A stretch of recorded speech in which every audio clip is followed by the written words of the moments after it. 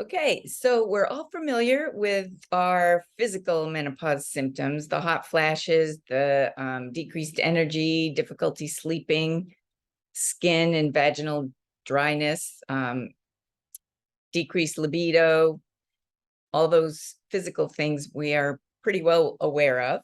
And there's also mental and emotional aspects of menopause too. I'm not sure, you probably are feeling some of those too, like decreased concentration, decreased memory, um, irritability, quickness to anger, increased anxiety, maybe a little depression, maybe some decreased confidence, decreased body image, and the list can go on.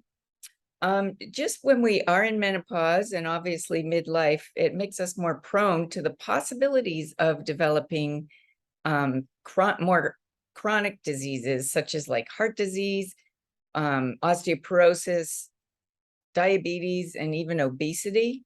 And also, we're more prone to develop autoimmune diseases too, from just the changes that our body is going through, and all that's being added to it from our environments and things. So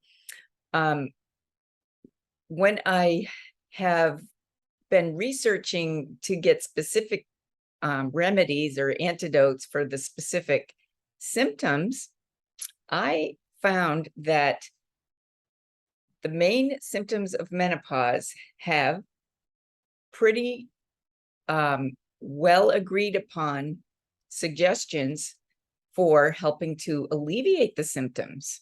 And I've decided that I'm going to include these at the beginning, because these are going to be your foundational life-changing lifestyle changes and life-changing actions that you can take to not only help to possibly eliminate not eliminate, but even just diminish your menopause symptoms and eliminate them, and hopefully help you create a healthy wellness in your body so that it helps prevent you from getting any of those chronic illnesses or diseases. So these are all natural ways of helping yourself. And I just want to say that, of course, if these natural ways don't work for you, that I highly recommend that you check with your medical practitioner, and they should be able to put you on bioidentical hormones, which will help a lot of your menopause symptoms. So just know that.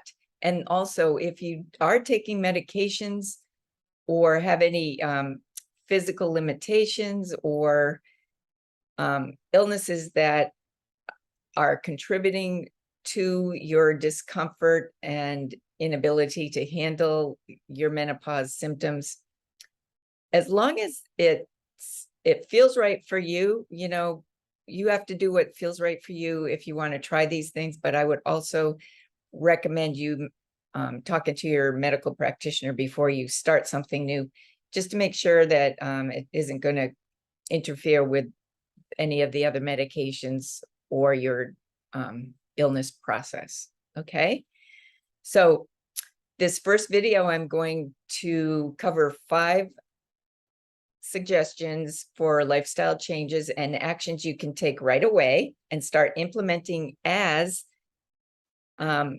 new daily habit. By making this a habit, it's going to help with our symptoms and with our health, doing everything daily, even after we're done with menopause.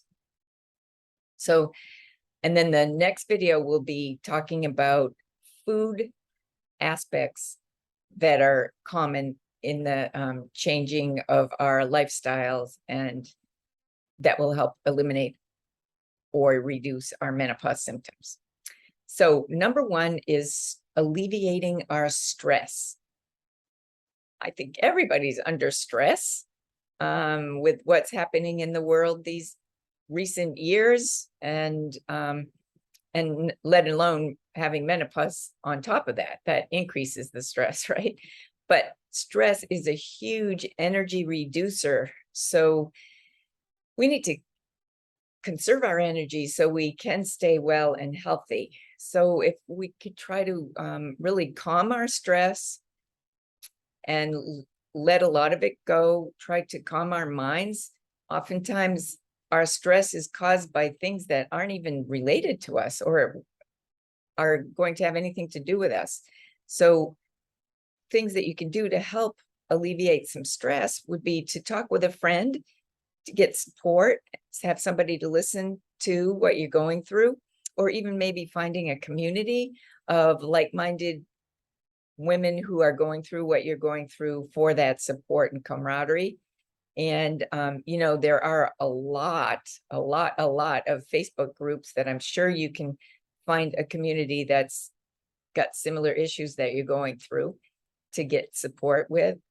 And also, if you really are unbelievably stressed and you can't seem to do anything that is going to help you, then I highly recommend seeking medical advice through a psychologist, a counselor, or some type of life or health coach that can help you with that. But some things you could try on your own would be, well, any of the mind-body therapies that most of us know about, but I'll name a few just in case, is like meditation, yoga, or stretching, breath work and deep breathing exercises, journaling, doing maybe coloring, maybe putting on music that you enjoy, and dancing that can really help alleviate stress. Playing with your kids, playing with your dogs, getting outside and exercising, going for a walk, anything like that that will help. And another thing that we are going to talk about throughout this program is in menopause. Let's listen to that name, menopause. Meno is month, and then pause is stop, pause, take a break. Let's do that several times, even a day, to get in touch with you, what your body is telling you from the inside is for what you need. So just that will help cause some stress too, is just taking a break from your daily activity. Take a couple of deep breaths and just be quiet and just be for 5 minutes if you can, or 10 minutes, and just listen to what your body's trying to tell you to do, because it knows. So anyway, along with relieving stress, one of the other common suggestions is to lighten your load. So again, as women, we are, you know, nurturers, caretakers. We have to help everybody, do things for everybody. And in this menopause, it's time to take care of yourself and start prioritizing what your needs are so you can focus on them, and then maybe let go of some of the less needed things that you have on your list. Enlist help from family members or people at work, some coworkers, or even people in your community if you're doing a project or something. Just enlist their help too, because just know that you can't do it all on your own, and you need to start taking care of yourself. Okay, so that's another one. And then the next suggestion is for exercising. Exercise is so important for our bodies, even after menopause and during. So exercise is great because it increases your heart rate, increases your circulation, increases your endorphins and dopamine. All these things help increase your mood, your energy, your level of sleep, your metabolism. It will help decrease your bloating. That's often common with menopause. It will help to decrease your anxiety too, with the increase of the endorphins. It also maintains or can even help improve your bone and joint health. So also, when we're increasing everything in our system, we're stimulating we're stimulating the lymphatic system, which is our body's natural detoxification system. So when we're got our rapid heart rate and we're exercising, our lymph is working and pulling the toxins from our bodies, and then we're able to release those toxins through our sweat. And that helps our skin and the whole rest of our bodies to cleanse and receive health and nourishment. So exercise, very important. And along with exercise, another common agreed upon activity to do is to go out in the sun at least 20 to 30 minutes a day and just immerse yourself in the sun. With as much body that you can expose, as much skin that you can expose to the sun, so we can increase our absorption of vitamin D, which is so healing for our skin and our bones and our complete health. So that is actually, that kind of brings all these together, everything that I've just talked about: relieving the stress, lightening the load, exercising. You can get out in the sun, and just, if you want, just sit in that sun and feel the peace and the tranquility. Go inward, listen to yourself, clear your mind, and just be for that amount of time. You're getting your vitamin D, and you're relaxing and calming your stress and lightening your load, at least for this time. And then, or you could go out in the sun and get your exercise at the same time. So they all kind of go together. And then the last suggestion is definitely hydration. So especially when you're exercising, you need to extra hydrate, because you're losing, through your perspiration, you're losing your body moisture in an already dried environment. So hydration, so important for our circulation, for our wellness and health, for our whole body. Even when we sleep, if we're lucky to get 6, 7, 8 hours of sleep, we go that long without water and we wake up dehydrated. So a good rule of thumb is to have a nice 12 or 16 ounce glass of water when you wake up in the morning, to help rehydrate you and get you started off on the right foot. And another general rule of thumb for hydration is to drink half your body weight in ounces of water per day.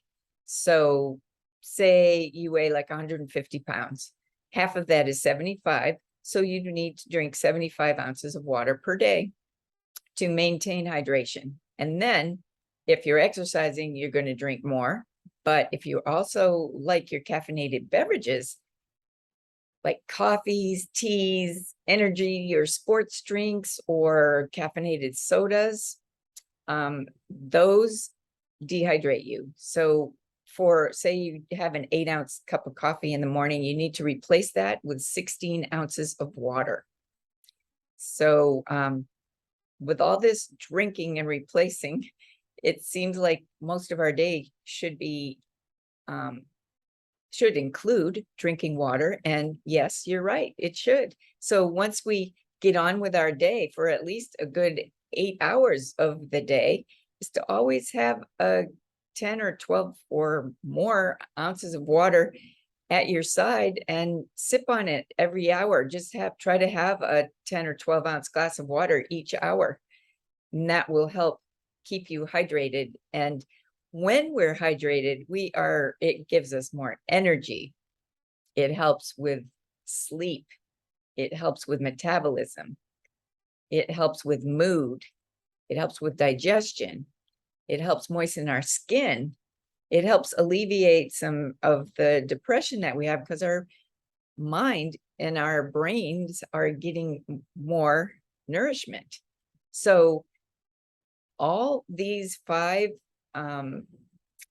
foundational suggestions for eliminating or at least reducing your menopause symptoms kind of all go together. Do you see that? And if we can incorporate, like I said, those into daily routines and daily habits, we are off to a great start for helping manage our menopause symptoms and maybe even eliminate them. So keep those in mind. And our next video, like I said, I will talk about some food type of suggestions that have to do with food that will also help to eliminate your menopausal symptoms.